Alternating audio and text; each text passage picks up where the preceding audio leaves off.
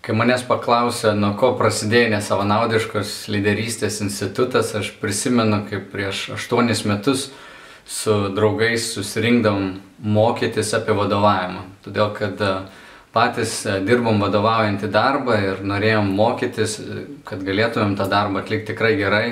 Ieškojom pavyzdžių, kuriuos galėtumėm mėgdžioti, taip pat pabandyti suvokti, koks sudėtingas yra tas procesas vadovavimą. Ir supratom, kad tikrai reikia mokytis daug. Ir mes norėjom būti tokia atsiskaitomybės grupelė, kur galėtume vienas kito progresą matuoti ir pasižiūrėti, kaip kam sekasi, kad turėtumėm vienas kito palaikymą.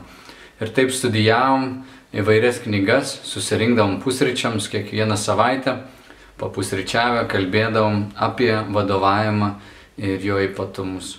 Važinėdavom po įvairias konferencijas, mokydavomės ir po to pamatėm, kad visgi nemažai mūsų draugų galėtų taip pat turėti daug naudos, jeigu tą informaciją mes dalintumėmės. Ir taip pradėjo gimti tokios mintis, kad galėtum organizuoti įvairius renginius, mokymus apie vadovavimą.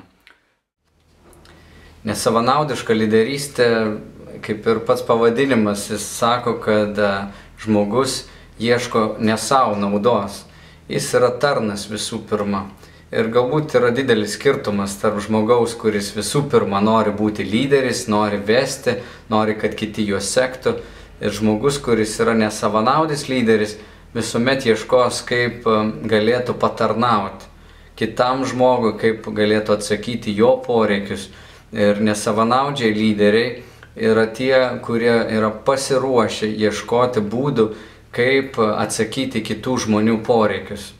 Ir manau, šiandien yra tikrai didelis stygius tokių žmonių, kurie siekia vadovauti ne tam, kad būtų žinomi, išgarsėtų arba susikrautų savo pinigų kraitį, bet žmonės, kurie ieško, kaip galėtų atsakyti į kitų žmonių poreikius, netgi ir į visuomenės poreikius. Ir ta nesavanaudiška lyderystė gali būti praktikuojama tiek vieno asmens, tiek visos organizacijos, kuri pasišvenčia pasitarnauti visuomeniai. Ir taip tiek labiau įgalus žmogus, tiek mažiau įgalus, labiau apdovanotas ar mažiau apdovanotas, jie tarnauja vienas kitam. Ir manau, tai yra tikrai darnios, geros visuomenės pamatas.